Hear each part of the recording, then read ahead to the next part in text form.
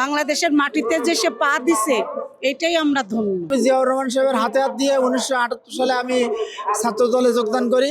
এটা একটা আত্মার সম্পর্ক, একজন নেতার সাথে তার কর্মীর যে সম্পর্ক।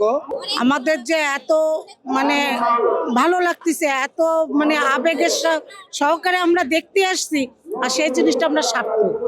সে যে বাংলাদেশের মাটিতে যে সে পা দিছে এটাই আমরা ধন্য। তারেক রহমানকে আমি যেভাবে দেখলাম আমার স্বচক্ষে সামনে দিয়ে মাত্র 2 গজ দূরে উনি অতিক্রম করলেন গাড়ির ভিতরে, এবং বুলেট প্রুফ যে গাড়ির ভিতরে আমি তাকে দেখলাম, খুব হাস্যোজ্জ্বল মুখ। এবং জনগণ যেভাবে আজকে অভূতপূর্ব সাড়া বাংলাদেশে দিয়েছে, আমার মনে হয় ইতিপূর্বে এত বড় সমাবেশ বিশ্বে হয়েছে কিনা সন্দেহ। আজকে আমরা খুব অভিভূত।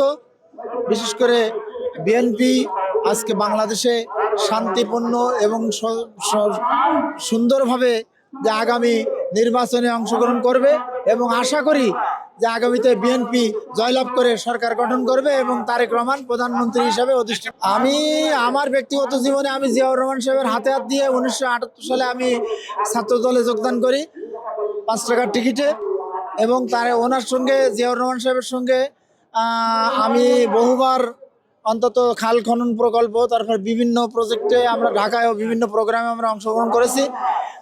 ওনার সকল কার্যক্রম আমি বর্তমান তারেক রহমানের কাছে, আমরা এই 17 বছর লন্ডনে থেকে উনি যেভাবে আমাদেরকে দিক নির্দেশনা দিয়েছেন, আমি মরহুম প্রেসিডেন্ট জিয়াউর রহমানের সেই আদর্শ তার ভিতরে অনেক খুঁজে পেয়েছি।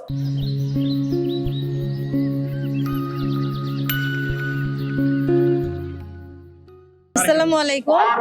আজকে সকালবেলা আমরা যখন এসে এখানে পৌঁছালাম তখন থেকেই দেখছি যে মানে সব মানুষের ঢল এমন যে মনে হয় যেন সমুদ্রের স্রোত যাচ্ছে আসছে এরকম। তা সবচেয়ে বড় কথা যে আজকে 17 বছর পরে তারেক জিয়া যে বাংলাদেশে এসে মাইকে জনসম্মুখে সবার সামনে কথা বলবে, এই যে সে প্রিয় বাংলাদেশ বলে একটা ডাক দিয়েছে, তাতেই মনে হচ্ছে যে মনটা খুশিতে ভরে গেছে।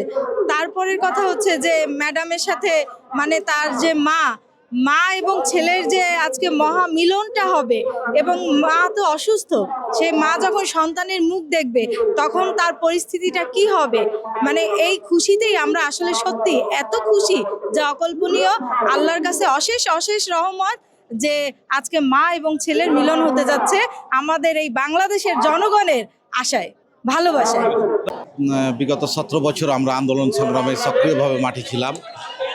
আমি আজকে তারেক রহমানকে দেখার পর আবেগ আপ্লুত হয়ে পড়ি, কারণ তিনি আমাদের মাঝে ফিরে এসেছেন, এটাই অনেক কিছু আমাদের জন্য, এটা আমাদের পরম পাওয়া। তিনি দেশের আজ যে ক্রান্তিকালে একটি চলছে, এই ক্রান্তিকালে আবারও তিনি বাংলাদেশকে একটি গণতান্ত্রিক দল, গণতন্ত্র এবং বাংলাদেশের স্বাধীনতা সার্বভৌমত্ব রক্ষার জন্য বিএনপি অতীতে যেমন ভূমিকা রেখেছে, তিনি বর্তমানে আবার বাংলাদেশের গণতন্ত্র ফিরিয়ে আনবেন এবং জনগণের ভোটের অধিকার ফিরিয়ে আনবেন।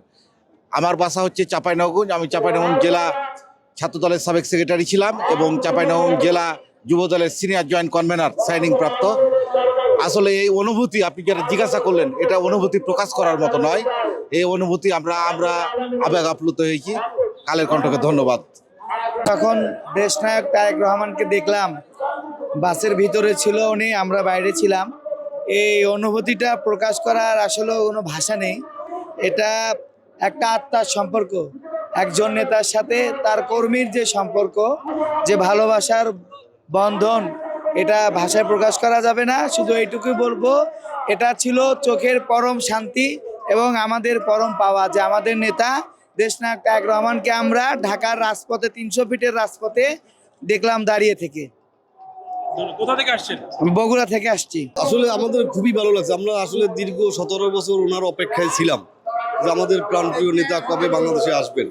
তো আজকের যে মহেন্দ্রক্ষণ, আজকের যে আনন্দঘন পরিবেশ উনি আসছেন, আসলে এটার জন্য আমরা গত বেশ কিছুদিন ধরেই কিন্তু মানে খুবই উদ্গ্রীব ছিলাম যে উনি কখন আসবেন।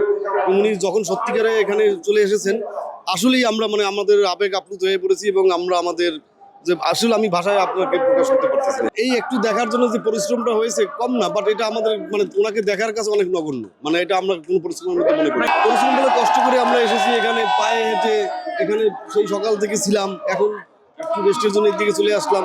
তো অবশ্যই এটা তো কষ্ট এবং পরিশ্রমের, এটা তো বোঝাই যায়।